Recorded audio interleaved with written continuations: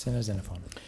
Mr Acting Deputy President, I rise tonight to speak on an issue of critical importance to our region, one that has been cynically dismissed by the Australian Government. On May 5, 2013, our friend and neighbour, Malaysia, held its 13th general election. Despite only securing 49% of the official vote, and I'll get back to that issue of the so-called official vote later, the ruling coalition, Barisan Nasional, won 133 of 222 seats, almost 60% of the seats, and is set for another 5 years in office. The opposition leader, Anwar Ibrahim, described the election as, and I quote, "the worst electoral fraud in our history." But it's not a case of sour grapes. In fact, in an interview on ABC's PM program the week prior, Mr Ibrahim stated, and I quote, "We're not asking the Australian Government to support any party. We're asking them to remain consistent with Australian foreign policy position in support of freedom and democracy. Why do you make so much noise about Iraq or Afghanistan or Myanmar and mute it with regard to Malaysia?" asked Mr Ibrahim. "Is it," he asked, "business interests or investments?" Mr Ibrahim could well have included Fiji in that list, or even further afield, Georgia, where Australia sent official election observers last year, and I note that Senator John Williams is in the chamber, who was part of those official election observers. Last November, in Kuala Lumpur, Anwar Ibrahim gave me a handwritten letter to pass on to Foreign Minister Senator Bob Carr, which I duly did. That letter was an impassioned, personal plea for Australia to play its role as a leader in the region, as a beacon of democracy, to ensure that the Malaysian elections were clean and fair. And when you look at the history, Mr Acting Deputy President, between the two countries, it is a deep history of friendship. It is a deep history of close ties. It is a history where Australian troops fought side by side with Malaysians during the Malay insurgency in the 1950s, where we've had strong cooperation in trade, in defence, and we've had hundreds of thousands of Malaysian students that have been welcomed to Australia to study here at tertiary institutions, and Australia has been better for that. But yet we have ignored those pleas. Back then, Foreign Minister Carr was as dismissive as he is today over Malaysian democracy over the personal plea given to him by Anwar Ibrahim. He deflected the concerns of Malaysia's opposition leader as being something that Australia could do nothing about. And when pressed on ABC radio, he said many would regard sarcastically, "Do you want an amphibious landing on the east coast of Malaysia?" he asked rhetorically of the journalist Sabra Lane. Our Foreign Minister ignored the reality that Australia can and does have a role in the region and beyond as a champion of democracy. Foreign Minister Carr's statements about Fiji and other nations have been just testament to that, in addition to Myanmar and Iraq and Afghanistan. Unfortunately, Mr Ibrahim's fears were well-founded with the election held on May the 5th. Ambika Srinivasan, the head of Bersih, the Malay word for clean, the independent umbrella group of dozens of civil society organisations in Malaysia, campaigning for clean and fair elections, called the election and the ruling party's campaign as the, quote, "dirtiest yet." Bersih and the opposition and many others raised serious concerns about the conduct of the ruling coalition and Malaysia's election commission, meant to be impartial, but it is anything but that, in the months leading up to the election and on election day itself. These allegations included concerns of electoral roll and ballot paper irregularities, vote rigging and buying, a flawed nomination process, and the use of indelible ink, and I use the word indelible loosely, that could be easily rubbed off. It has been reported in the weeks leading up to the election, at least 40,000 people were flown from Borneo to the government-held states of Sabah and Sarawak to vote in those constituencies and elsewhere throughout Malaysia. And it's interesting to note that in Sabah and Sarawak, because a quirk of Malaysian immigration laws, opposition members cannot have access to those states. They cannot travel to within their own country. Ambika Srinivasan, the head of the Clean Elections movement, cannot travel to parts of her own nation to check issues of irregularities. Now, when it comes to the so-called indelible ink, voters were able to wash off the ink used to cast their vote, which is meant to be indelible to prevent double voting, to prevent fraud, a key feature of the Election Commission's trumpeting that the elections would be clean and fair, just by using soap and water, or if that didn't do the trick, a bit of Dettol certainly did. These concerns are consistent with the findings made by the International Observer Group that I was a member of in April last year. The representatives from Australia, including Professor Clinton Fernandez of the University of New South Wales, well known, highly regarded for his role as a leading academic on the region, as well as representatives from India, Pakistan, Indonesia, the Philippines and Germany, unanimously made findings of the potential for widespread fraud and irregularity, as well as the gross gerrymandering of electorates with an up to 15-to-1 ratio. That is, some government seats had as few as 7,000 voters, with many opposition seats having over 100,000 voters. The Observer Group also made findings which cannot be credibly disputed, that access to the nation's TV screens and newspapers was controlled by the government with no fair access by the opposition or civil society groups. And, Madam Acting Deputy President, as you may be aware, I'm suing one of the leading newspapers in Malaysia for defamation for a disgusting slur that, after a speech I gave in this chamber on the Church of Scientology, describing it as a criminal organisation masquerading as a religion, they replaced the word in the leading English language newspaper in Malaysia, the New Straits Times, they replaced the word Scientology with Islam, portraying me as someone who's anti-Islamic, and I reject that slur absolutely. Despite their apology, I will be issuing proceedings against that newspaper and other Malay language newspapers for that slur. That is how dirty they play it in terms of the ruling party. These elections were not free or fair under any reasonable measure, yet we have ignored the pleas of those representing the majority of Malaysians to speak out in international forums to protest at what has occurred. A few moments ago, about an hour ago, I spoke to a newly elected opposition MP, Rafizi Ramli, who I know and I see as one of the faces of the future of Malaysian democracy. He summed up how rotten the Malaysian electoral system is. He made the point that the number one problem was the so-called phantom voters, which could number up to 10% of eligible voters nationally were registered illegally.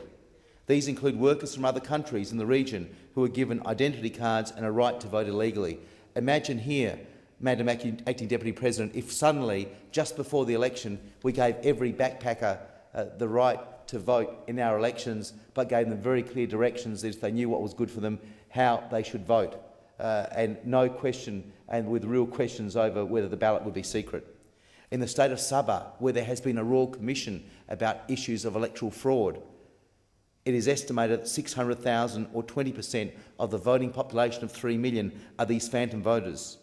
Mr Ramley and others have also told me of the way electorates would be stacked with registering over 100 phantom voters living in a single home.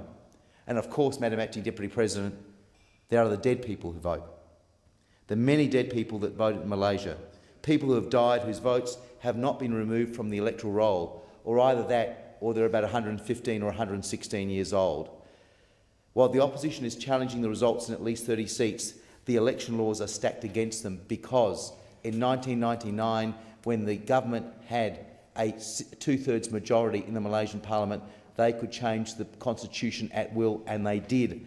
And in 1999, the law was changed so that any electoral roll challenges could not be made anymore.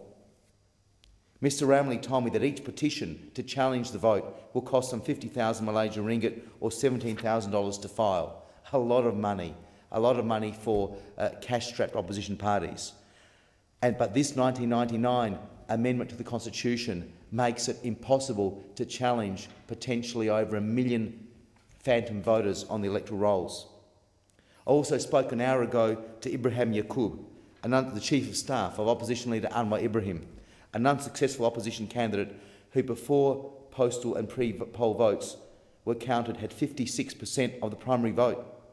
But he lost the seat, 25,419 votes to 26,809 for the ruling coalition, because thousands and thousands of postal and pre-poll votes came at a ratio of 80% to 20% against him. Extraordinary and simply corrupt. A lot of those voters would have been from the army. When I was in Malaysia last year, I spoke to a retired general who had the courage to speak out, to speak to the Observer Group. He told us in completely unambiguous terms that when soldiers were voting, their commanding officers were standing over them to make sure that they voted for the government. That is not a secret ballot. That is not democracy, Madam Acting Deputy President. Madam Deputy President, the Australian government's attitude towards promoting democracy in Malaysia has been consistently glib and cynical. And I've got to say, the opposition hasn't said much about it either. I think we should take into account what Minister Carr has said.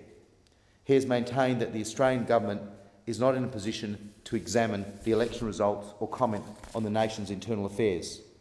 But this head-in-the-sand approach is completely inconsistent with Australia's pro-democracy policy in Fiji, Myanmar and elsewhere in the region. The Minister has previously said, and I quote, "Promoting democracy helps to secure peace, prosperity and stability in our region." And let's look at the issue of prosperity. Last November, Anwar Ibrahim said this to me, because one of the key platforms of the Malaysian opposition was to fight corruption, to bring the cronies of the ruling party in Malaysia to account. The massive corruption and the billions of dollars, for instance, the many, many billions of dollars that have been stolen from Petronas, the state-owned oil company, the billions of dollars that have gone out of Malaysia into secret Swiss accounts and secret accounts around the world. Anwar Ibrahim made a very telling point to me. He said that 40 years ago, South Korea and Malaysia had about the same GDP. In fact, South Korea's GDP was below that of Malaysia's. 40 years later, despite the fact that South Korea isn't blessed with the natural resources, with the petroleum and other natural resources of Malaysia, South Korea's GDP is 4 times higher per capita than Malaysia's. And the point that Mr Ibrahim made to me was that without the corruption, without the cronyism, without the bribery and widespread malfeasance that goes on in that country, Malaysian citizens would be much better off. Yet we are silent as a nation. The government and the opposition have been silent on this. We have signed a free trade agreement with Malaysia. I think we should have linked it to democratic reforms in that country. It seems that Malaysia seems to be excised from the Australian government's conscience when it comes to what has occurred there. And it's been asked by many in Malaysia that could the legally thwarted but still seemingly dormant people swap deal between Australia and Malaysia be a reason, as well as our business links with Malaysia. And it's interesting to note that Mr Ibrahim, the opposition parties, were against the so-called people swap deal. So why is the Australian government ignoring these massive allegations of fraud and corruption? There is no question our relationship with Malaysia is an important one, but our great relationship and enduring friendship with Malaysia should mean that Australia has an interest in ensuring that Malaysian elections are clean and fair. And given the weight of evidence that suggests otherwise, the Australian government must play an active role in supporting any investigations into the recent elections. Madam Deputy President, on the 16th of February this year, I arrived in Malaysia and I was due to be met by my colleague, Senator John Williams, and also Mal Washer, MP from the coalition, from the opposition here in Australia, and also Steve Georgianis, MP, the member for Hindmarsh, a government member. I was detained and deported because I was perceived to be a so-called security risk to Malaysia. I have been a risk, if anything, to being part of a group of people that has exposed the truth of what has occurred in Malaysia. And the attitude of the Malaysian government shows a desperate authoritarian regime that will do anything to muzzle free speech and dissent in its country. So what have we done? What have other countries done? Even the White House released a statement which raised concerns, and I quote, "We note concerns regarding reported irregularities in the conduct of the election, and I believe it is important that Malaysian authorities address concerns that have been raised. We look forward to the outcome of their investigations." Even the EU has issued a statement acknowledging the irregularities and hoping that the Election Commission will do something about it. Yet we have been silent. Yet when asked our Foreign Minister, when he was asked whether he was worried about the irregularities in the election, says it's not up to us to determine these things.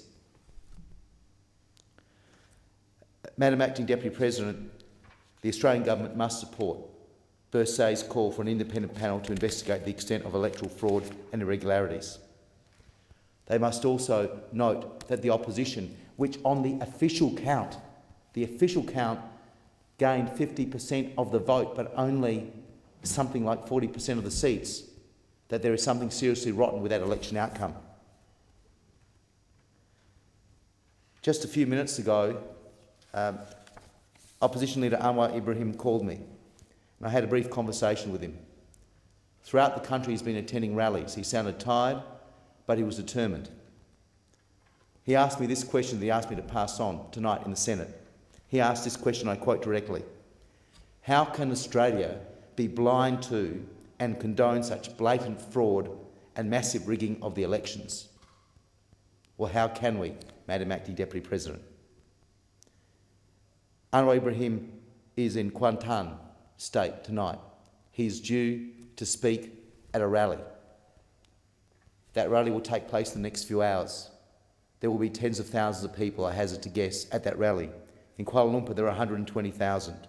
In Johor, from throughout the country, from Johor in the south to Kelantan in the north, in Perak, in Malacca, in Kedah, in Terengganu in the east, in Selangor in the west, there have been mass rallies.